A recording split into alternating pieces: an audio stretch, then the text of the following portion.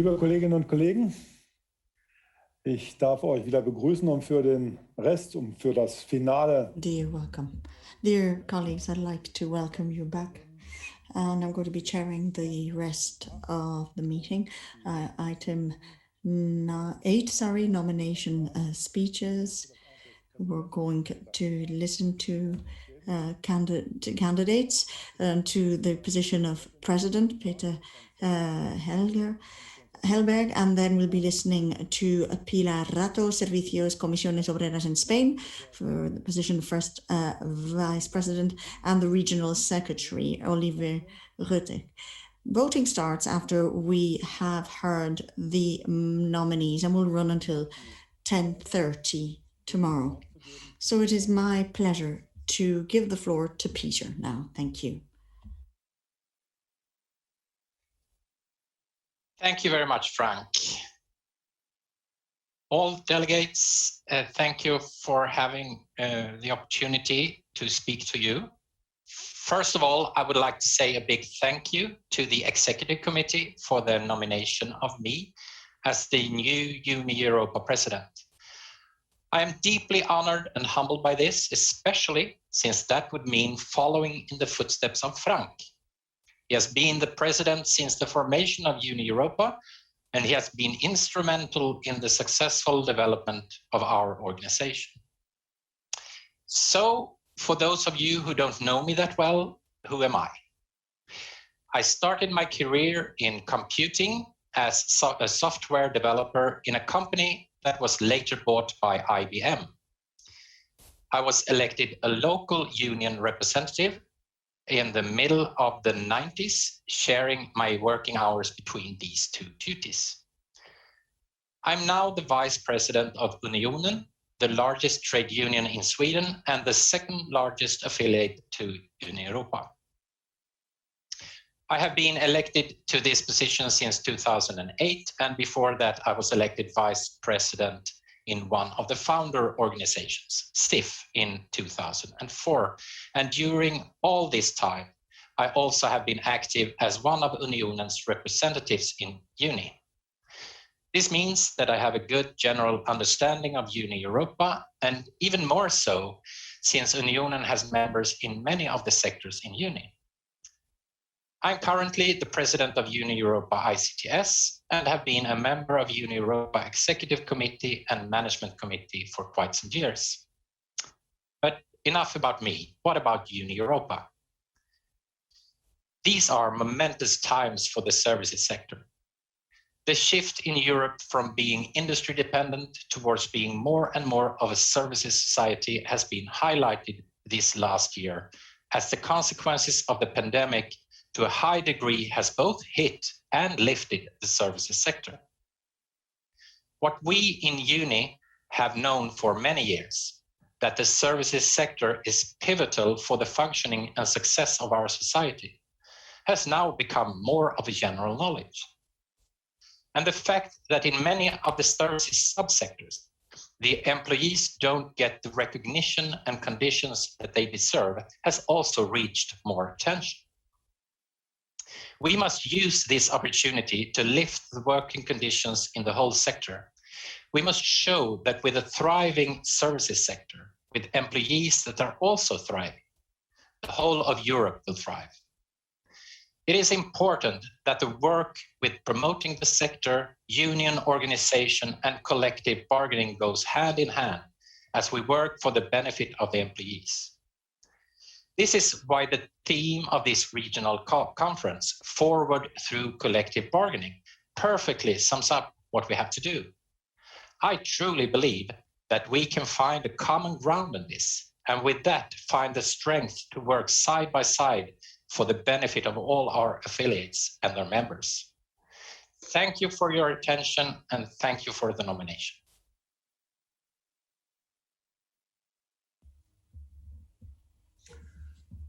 Ganz vielen Dank, Peter. Thank you, Peter. And then I'll pass the floor to Pilar Rato, who is the nominee for the first vice president. Over to you, Pilar.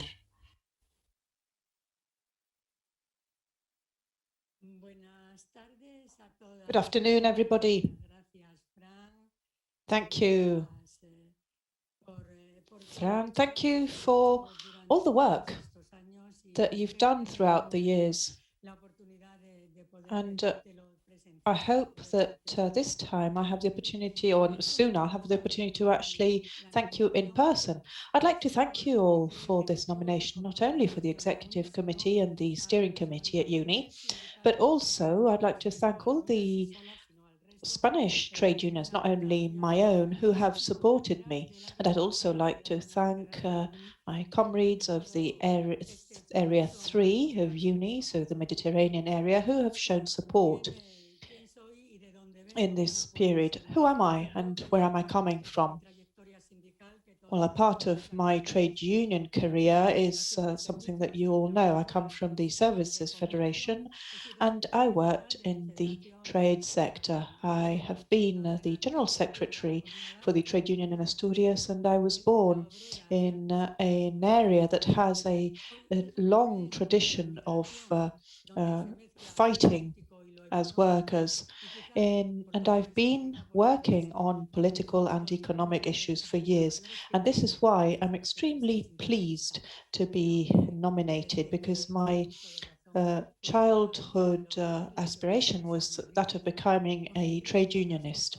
I also believe, among other things, that solidarity and protecting rights of workers are the best way we can achieve a better social model. Taking on responsibilities as I went along throughout my career has enabled me to become very proud of representing workers. At the moment, I deal with the international cooperation within my trade union, following a number of fusions that have been taking place in my trade union. So as not to repeat what my colleague and comrade Peter has said, I believe that we're experiencing very complicated events in our countries and at European level. But let's take on our responsibilities as deputy presidents with an optimism and a willingness to take forward the trade union movement in these difficult times, at times in which we have huge obstacles that we must tackle in unity and in a coordinated manner. But this is not the first obstacle that we've been confronted with.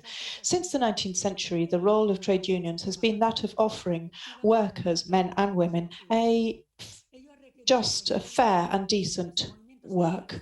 There have been many sacrifices, and trade union movements know about these sacrifices, and we've had to adapt to the world of work that has also changed greatly, and we're now in times of change again.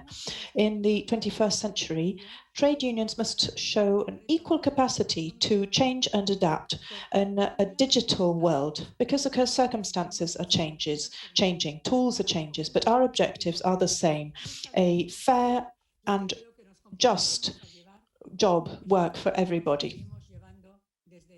We will carry on working in this same direction within UNI Europa. Thank you. Vielen Dank, Pilar. Thank you, Pilar. And now, the Regional Secretary. The nominee, Oliver Rötig, the floor is yours. I'm really honored that the Executive Committee decided to nominate me again for a further period as Regional Secretary. We have had a very good conference period over the last 5 years. We made really a difference, and we're doing so at this conference as well. And I just want to mention one accomplishment. I want to talk to you about, even though it's a bit formal, what we achieved in terms of gender balance. Indeed, nowadays in the conference, we have a gender majority of women. We have more women delegates before, and tomorrow what we will achieve is also gender balance at the Executive Committee. That is a first.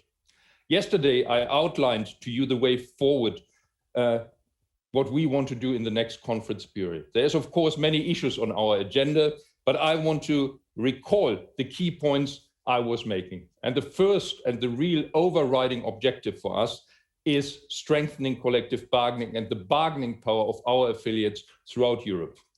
Just to recap the three key priorities. First, it is bottom-up, expanding our organizing capacity. Second, it is top-down, getting the public procurement regulations in Europe changed. And as I said, with a bit of a joke, let's Europeanize Amazon. Resistance is futile. These are the three key points among the many others that we will be doing together. My work as regional secretary really is a result of your commitments to UNI Europa and our cause. So a big thank you to you, the affiliates, for your support to me as regional secretary, but more importantly, to the entire UNI Europa team in Brussels and in Nyon over the last years. It would be a real honor for me to continue our work together for the next 4 years, and then indeed with a new team with Peter and Pilar. I think together with the new executive committee, we will really make a difference for workers in Europe, so forward through collective bargaining. Thank you very much. Vielen Dank, Oliver. Thank you. What I suggest we do is give Jennifer the opportunity to give us some explanations on how to access the voting form. Thank you very much. If you are eligible to vote in those elections, you will have received a notification. Now, you may have to refresh your panel because it's just here on the left. If you don't see it, there should be a leadership elections tab there. So refresh your browser if that hasn't come up, because it will just have appeared. You click on that. As you can see, very straightforward, very easy to follow. Vote on the election of the president, in favor, against, abstain, first vice president, and the regional secretary. 3 options for you there. Please do that. And don't forget to hit send at the bottom of the form, as I've sometimes forgotten to do when I've been filling in other forms. You have to hit send to make sure that goes through and gets counted. Now, we have a small correction in our program. Those who have registered for the MEP session this afternoon, it's starting at 17:30. That's 5:30 Brussels time, not at 5 o'clock as was originally stated. So you've got an extra half hour to stretch your legs, get some fresh air before you do go in and join that MEP session. I'm sure there'll be lots of interesting discussion happening there, as of course there is still happening online. Let's have a look at what's happening on social media.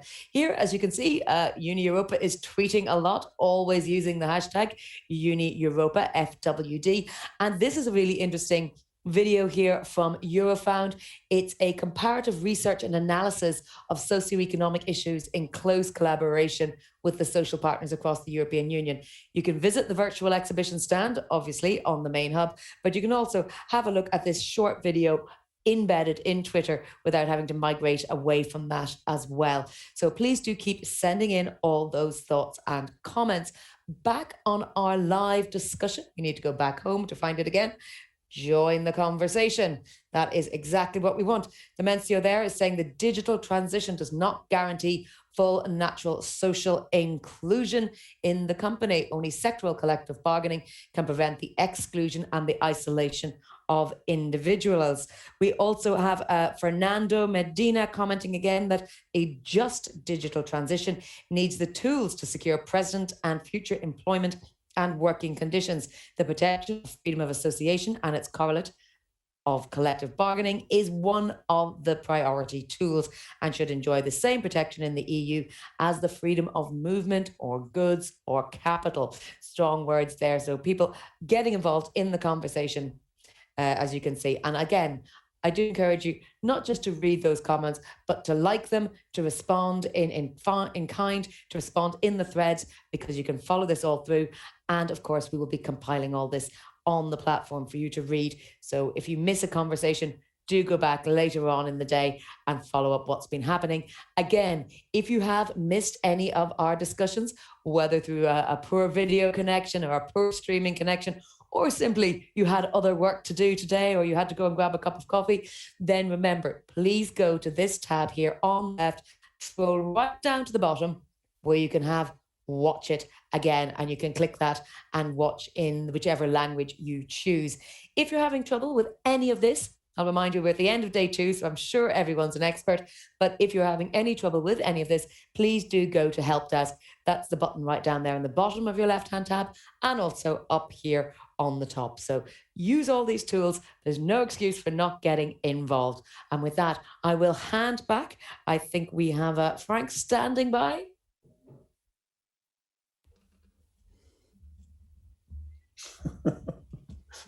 Ja, vielen Dank, Jen. Yes, thank you very much, Jen.